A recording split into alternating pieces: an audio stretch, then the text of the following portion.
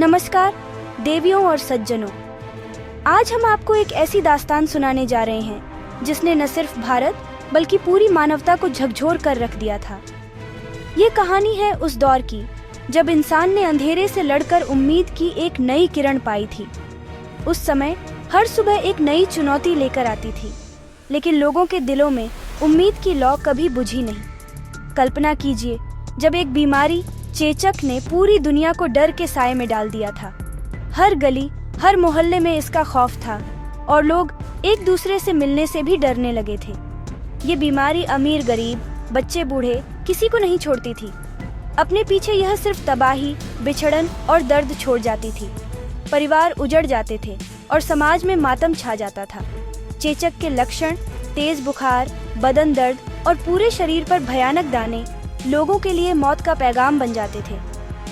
इन दानों की जलन और दर्द असहनीय थी और कई बार मरीज तड़प तड़प कर दम तोड़ देते थे। जो लोग इस बीमारी से बच भी जाते, वे जीवन भर के लिए गहरे दाग और कई बार अंधापन झेलते थे। चेहरों पर पड़े ये दाग उनकी तकलीफों की गवाही देते थे और समाज में उन्हें अलग थलग कर देते थे। 18वीं सदी में ही इस बीमारी ने करोड़ों लोगों की जान ले ली थी। अस्पतालों में जगह नहीं थी, कब्रिस्तान भर गए थे और हर तरफ सिर्फ चीख पुकार सुनाई देती थी। समाज में हर जगह इसका डर था और कोई इलाज नहीं था। बाजार सूने पड़ गए थे, लोग अपने घरों में कैद हो गए थे और हर कोई बस एक चमत्कार की आस लगाए बैठा था। लोग दुआ करते, पारंपरिक इलाज आजमाते, लेकिन चेचक का आतंक जारी रहा। वैद्य, हकीम और साधु संत भी इस बीमारी के आगे बेबस नजर आते थे।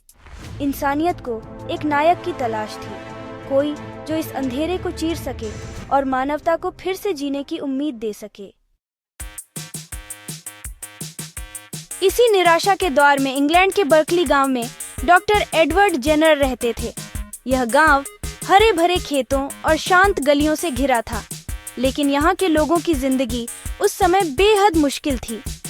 जेनर सिर्फ डॉक्टर नहीं थे, बल्कि वे एक ऐसे इंसान थे जिनके मन में हमेशा सवाल उठते रहते थे। वे नई चीजें जानने के लिए उत्सुक रहते और हर समस्या की जड़ तक पहुंचने की कोशिश करते। जेनर ने अपने गांव में चेचक की तबाही को करीब से देखा था। परिवार उजड़ते, बच्चे असमय मरते, गांव की गलियों में मातम पसरा रहता और हर कोई इस बीमारी से डरा हुआ था। उस समय इलाज के नाम पर वेरियोल्शन था, जिसमें हल्के चेचक से संक्रमित किया जाता था, लेकिन ये भी खतरनाक था। कई बार इलाज के दौरान ही मरीज की जान चली जाती थी, जिससे लोग और भी डर जाते थे। जेनर को यकीन था कि कोई और ज्यादा सुरक्षित तरीका जरूर होगा। वे घंटों अपने अध्ययन कक्ष में बैठकर सोचते रहते कि आखिर इस बीमारी से बचने का कोई बेहतर रास्ता क्या हो सकता है। उनकी खोज की शुरुआत गांव के लोगों, किसानों और दूध वालियों की बातों से हुई। वे अक्सर गांव के चौपाल पर बैठकर लोगों की बातें सुनते और उनकी परेशानियों को समझने की कोशिश करते। वे आम लोगों की कहानियां ध्यान से सुनते थे, यही उनकी खासियत थी। जेनर को लगता था कि कभी-कभी सबसे अहम सुराग आम लोगों की बातों में ही छुपे होते हैं। एक साधारण सी बात जिसे बाकी डॉक्टर नजरअंदाज कर देते, जेनर ने गंभीरता से ली। उन्होंने महसूस किया कि दूध वालियों की कहानियों में कोई अनसुना सच छुपा है। उन्होंने देखा कि सबसे बड़े जवाब कभी-कभी हमारे आसपास ही छुपे होते हैं। जेनर ने अपने आसपास की छोटी-छोटी बातों को भी नजरअंदाज नहीं किया। जेनर की जिज्ञासा अब इतिहास बदलने वाली थी। उनकी सोच, उनकी संवेदनशीलता और आम लोगों से जुड़ाव ने उन्हें एक नई दिशा दी, जिससे आगे चलकर पूरी दुनिया को राहत मिलने वाली थी। एक दिन एक दूध वाली ने गांव के चौपाल पर सबको चौंकाते हुए कहा, मुझे चेचक नहीं होगा क्योंकि मुझे काउपॉक्स हो चुका है। उसके हाथों पर काउपॉक्स के हल्के दाग थे जो उसने गर्व से दिखाए। गांव में ये आम धारणा थी कि काउपॉक्स से संक्रमित लोग चेचक से सुरक्षित रहते हैं। लोग कहते थे, जिसे गाय की बीमारी हो गई उसे चेचक छू भी नहीं सकता। काउपॉक्स गायों की एक हल्की बीमारी थी जो अक्सर दूध निकालने वालों को हो जाती थी, लेकिन ये बीमारी जानलेवा नहीं थी, बस थोड़ी तकलीफ दे। बाकी डॉक्टर इसे अंधविश्वास मानते थे और गांव वालों की बातों को नजरअंदाज कर देते थे। लेकिन जेनर ने इसमें एक अनोखी संभावना देखी।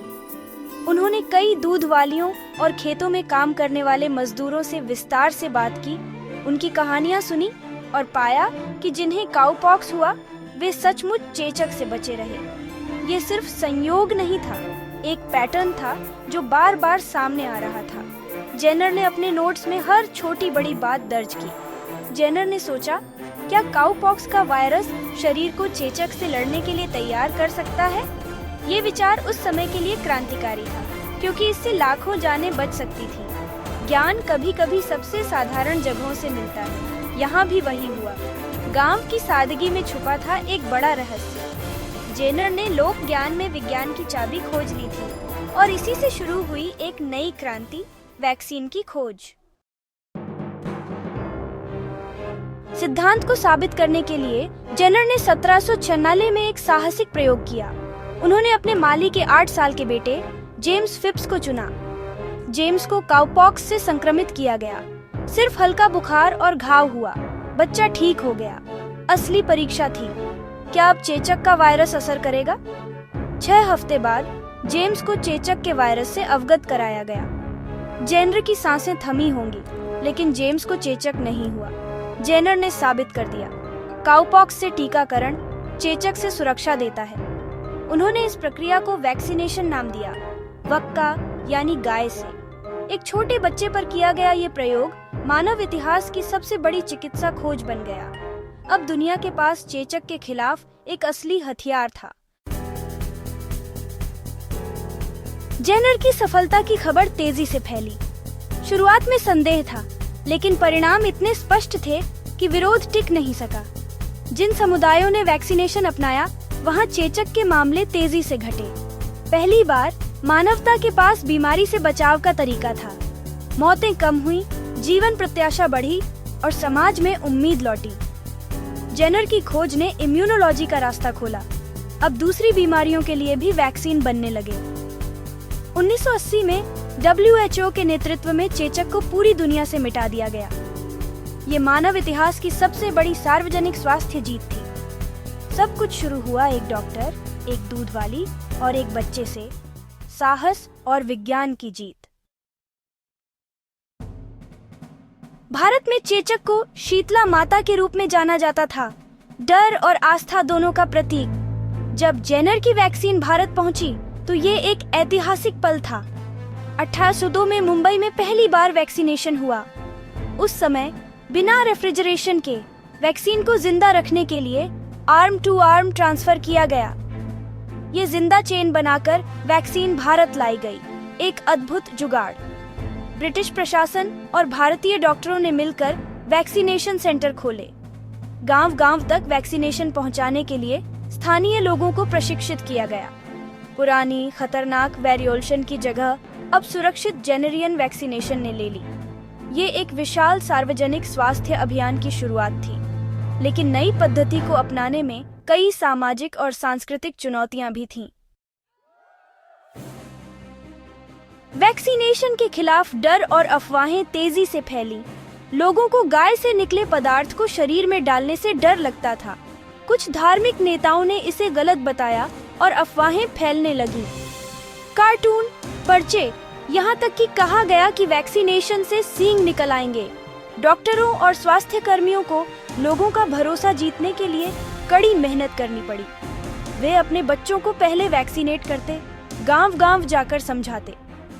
स्थानीय नेताओं की मदद से धीरे धीरे लोगों का नजरिया बदला।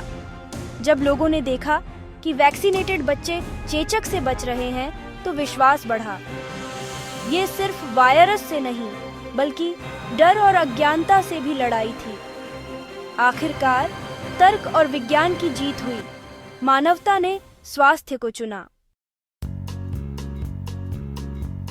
जेनर के प्रयोग से शुरू हुआ सफर आज विशाल हो चुका है। अब हमारे पास कई बीमारियों के लिए वैक्सीन है। खसरा, पोलियो, डिप्थीरिया और भी बहुत कुछ। भारत का यूनिवर्सल इम्यूनाइजेशन प्रोग्राम करोड़ों बच्चों और महिलाओं को सुरक्षा देता है। स्वास्थ्य कर्मी दूर दराज के गांवों तक वैक्सीन पहुंचाते हैं। पोलियो उन्मूलन इसका शानदार उदाहरण है। वैक्सीनेशन सिर्फ व्यक्ति नहीं, पूरी कम्युनिटी की रक्षा करता है। इसे हर्ड इम्यूनिटी कहते हैं। इससे कमजोर और छोटे बच्चों को भी सुरक्षा मिलती है। वैज्ञानिक लगातार नई बीमारियों के लिए वैक्सीन बना रहे हैं। हाल की महामारी ने फिर दिखा दिया, वैक्सीनेशन मानवता की सबसे बड़ी ढाल है। इस कहानी से हमें क्या सीख मिलती है? जिज्ञासा, साहस और विज्ञान, इनसे हम सबसे खतरनाक दुश्मनों को भी हरा सकते हैं। जेनर की विरासत सिर्फ एक बीमारी का अंत नहीं, बल्कि एक नई उम्मीद की शुरुआत है।